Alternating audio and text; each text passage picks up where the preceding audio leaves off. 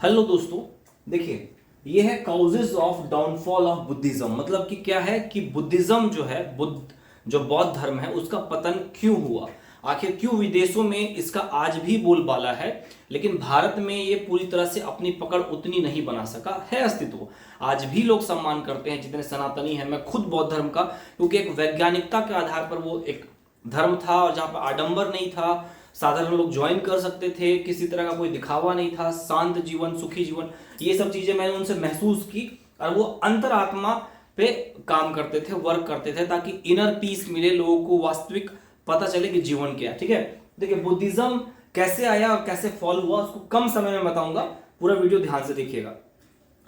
वैदिक पीरियड में कुछ कमियां आई, हिंदू धर्म, सनातन धर्म, वैदिक धर्म में तीनों एक ही है, समझ जाइए। ठीक है, क्या होता था कि नीचे तबके के लोगों को दबाया जाता था कि तुम छोटी जाति से हो तो तुम नहीं अपना सकते हो, मंत्र नहीं सुन सकते हो, स्त्रियों को बुराई का कारण माना जाने लगा। ठीक है, जो बच्ची जन्म होती थी उसको दुख का कारण माना जाने लगा, उसका तुलना पासा, नशा, शराब इससे किया जाने लगा।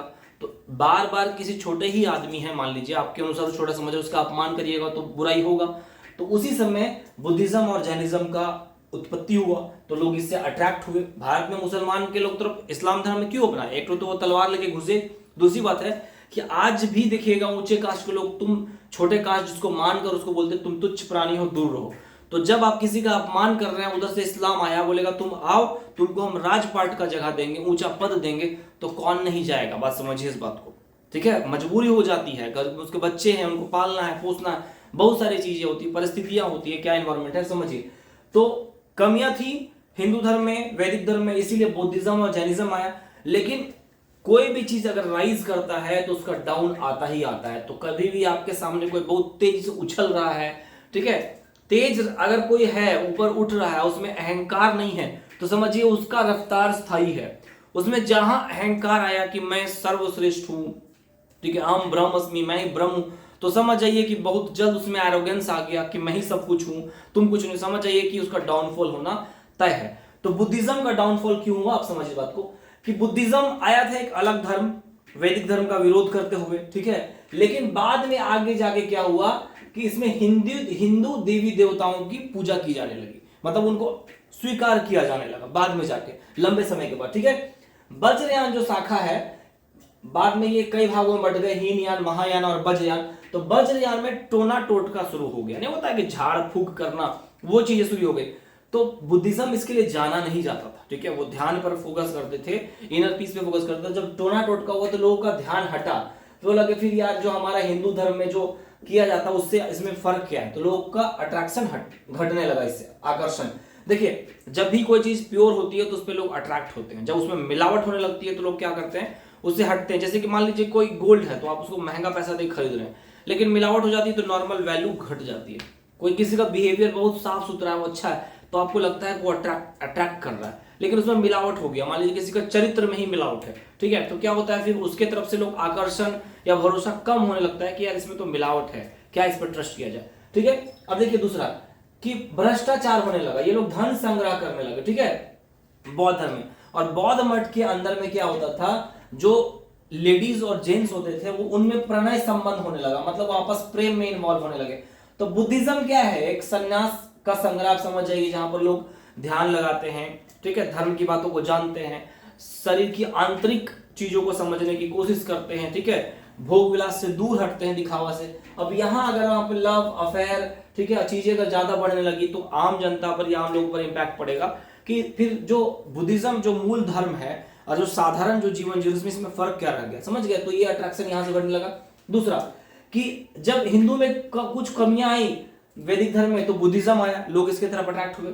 तो जब इसमें कमी आने लगी तो हिंदू में बहुत सारे ऐसे जो हुए जिन्होंने हिंदू में रिफॉर्म्स लाया, जैसे कि शंकराचार्य हैं, ठीक है, रामानुजाचार्य हैं, तो इन्होंने मतलब बहुत लोग, फिर शैविज्म आया, वैष्णविज्म आया, मतलब जो शिव धर्म को मानने वाले थे वैष्णव, तो इन लोगों ने क्या किया, कोई आडंबर नहीं कि कर्मकांड नहीं, इतना यज्ञ होगा, इतना फूल होगा, इतना दक्षिणा होगा, इतना अक्षत होगा, इतना नारियल लगेगा, इतना फल लगेगा, इतना मिठाई लगेगा, कुछ नहीं, भक्ति मार्ग, ठीक है, वैष्णविज्म में विष्णु विष्णु, ठीक है, तो वो मार्ग अपनाया गया। तो ये क्या हुआ कि कहीं ना कहीं अब भक्ति का मार्ग तो कोई भी अपना सकता है, जिसके पास पॉकेट में 5 रुपए वो भी श्री कृष्ण कृष्ण कर रहा है, और जो पैसे वाला है वो भी कर रहा है।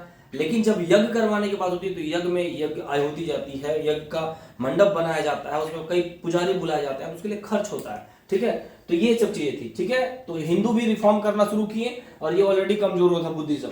फिर उसके बाद चौथा क्या है, विभाजन। हीनयान, महायान और वज्रयान, धीरे धीरे क्या हुआ, बुद्धिज्म कई भागों में बंटने लगा, धीरे धीरे धीरे धीरे धीरे।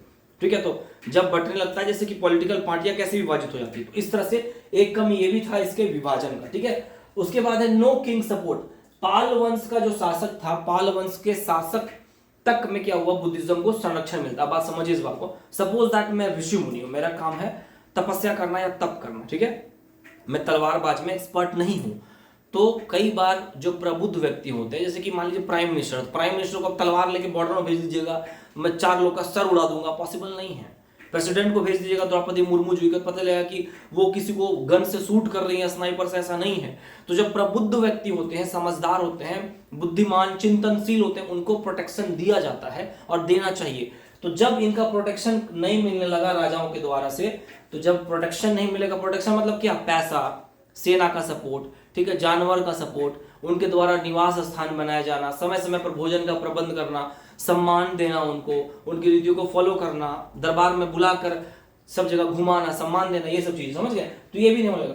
विदेशी आक्रमण, अब समझ इस बात को कि जब आपने क्या किया कि जो इनका मठ था वहां पर धन संग्रह ये करने लगे, तो धन संग्रह करने लगे तो क्या हो गया, हुनो, क्या हो गया कि हुनों के द्वारा, मुसलमानों के द्वारा बुद्धिज्म में अटैक किया गया और इनको मठों को लूटा जाने लगा। ठीक है, तो लूटा जाने लगा, तो कहीं भी धन बहुत ज्यादा संग्रह होता है। भारत में अटैक होने का रीजन क्या था, भारत सोने की चिड़िया कहलाता था। क्यों, क्योंकि यहां से जो हम लोग सामान, चाहे वो इलायची हो, लौंग हो, ब्लैक पीपर हो, यहाँ से भेजते थे, बदले में सोना और चांदी आता था। उसमें कि नहीं यार डॉलर मंगा रहे हैं, सोना चांदी को 100 साल भी रख दीजिए आप, पानी में कुछ होने वाला नहीं है, उसकी वैल्यू बढ़ के ही निकलेगी, समझ रहे हैं ना। तो इस वजह से, तो इस तरह चीजें देखिए, बुद्धिज्म इस ये कारण से डाउनफॉल हुआ। इसको और एलोबरेट कर सकते हैं, अगर ये मान लीजिए पीसीएस में, जेपीएससी का मेंस में क्वेश्चन आया 40 नंबर का, और एलोबरेट करके लिख सकते हैं, कंक्लूजन लिख सकते हैं आप कि निसंदेह कि यहाँ पर डाउनफॉल के कारणों के कारण बुद्धिज्म का पतन हुआ, या फिर भारत में वो उतनी अच्छी पकड़ आज नहीं बना पा रहा है, लेकिन कई मायनों में उस समय जो वैदिक धर्म की कुरीतियां थे उसको काटने में महत्वपूर्ण भूमिका निभाई, और इसने कई लोगों को झकझोर कर सुधार करने के लिए प्रेरित किया। तो बुद्धिज्म को एक महत्वपूर्ण योगदान इंडियन कल्चर में या इंडियन रिलीजन में आप मान सकते हैं इस तरह से। ठीक है, तो ये कारण था। अच्छा लगे लाइक शेयर सब्सक्राइब करिएगा। जय हिंद।